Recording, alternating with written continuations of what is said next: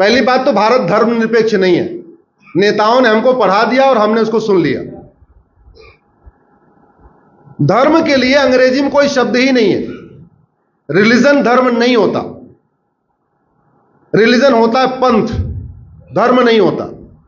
अगर भारत धर्मनिरपेक्ष होता तो सुप्रीम कोर्ट के जजों की कुर्सियों पे नहीं लिखा रहता यतो धर्मस्ततो जय।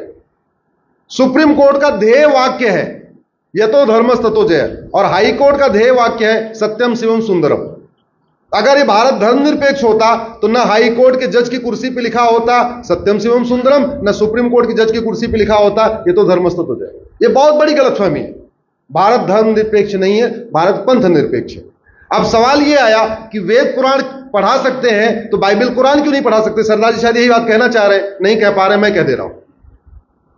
बिल्कुल नहीं पढ़ा सकते, बाइबल कुरान नहीं पढ़ा सकते। क्यों? क्योंकि बाइबल में सभी इंसान को एक समान नहीं माना जाता, लेकिन हमारा संविधान कहता है सब एक समान है। बाइबल में क्रिश्चियन और नॉन क्रिश्चियन के बीच में भेदभाव है, इसलिए बाइबल नहीं पढ़ाई जा सकती, कुरान नहीं पढ़ाई जा सकती, कुरान नहीं पढ़ाई जा सकती। क्यों?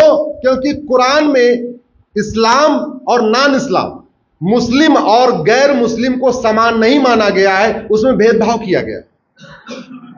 वेद पुराण ये नहीं कहता है कि आप, वो कहता ही नहीं है कि आप सिख हो कि जैन हो कि हिंदू हो या कि मुस्लिम, कुछ नहीं कहता। वो तो कहता है अष्टांग योग का पालन करो, यम नियम का पालन करो, स्वाध्यायी बनो, सदाचार करो, इस तरीके की बातें हैं। इसलिए वेद पुराण पढ़ाया जा सकता है। सनातन, आप इसको दो तरीके समझिए। दुनिया में 1100 रिलीजन है। अगर भारत के परिप्रेक्ष्य में देखें तो दो तरीके, भारत में दो तरीके के रिलीजन है। एक इंडियन ओरिजिन रिलीजन, एक फॉरेन रिलीजन। एक वो रिलीजन है, रिलीजन और धर्म में सरदार जी, अब आप, अरे सरदार जी सवाल पूछ लिया, जवाब नहीं सुन रहे हो। हाँ, आपने पूछा, सुन तो लो। भारत में दो तरीके के पंथ हैं, रिलीजन है, धर्म नहीं। धर्म तो पूरी दुनिया में एक ही है, सनातन धर्म। दो तरीके के पंथ हैं,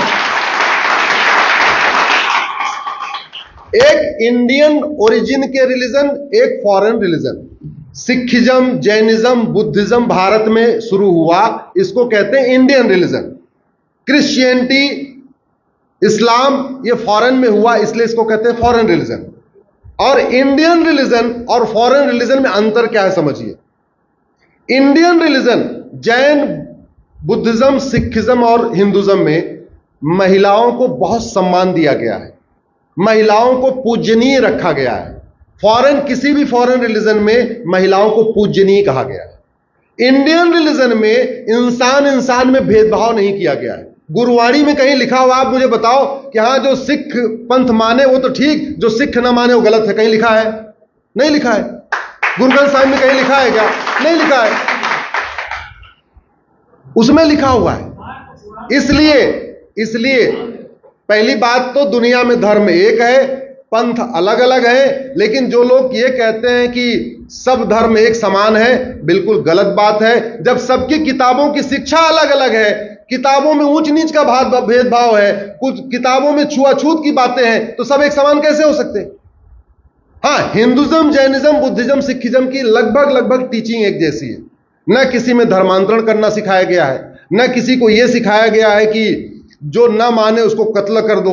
कहीं ये नहीं लिखा गया कि जो नहीं मानता उसको कैसे भी करके धोखा दे के, लालच दे के, प्यार से उसको कन्वर्ट करके लाओ। न गुरु ग्रंथ साहिब में लिखा है, न कहीं जैनिज्म में लिखा है, न बुद्धिज्म में लिखा गया, न सिखिज्म में लिखा है, न सनातन धर्म में लिखा गया।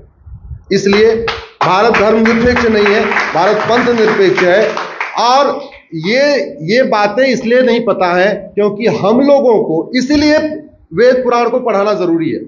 हमारे बच्चों को पता रहे, हमारे पास हर चीज का जवाब हो, हम कहीं अवाक न हो जाए।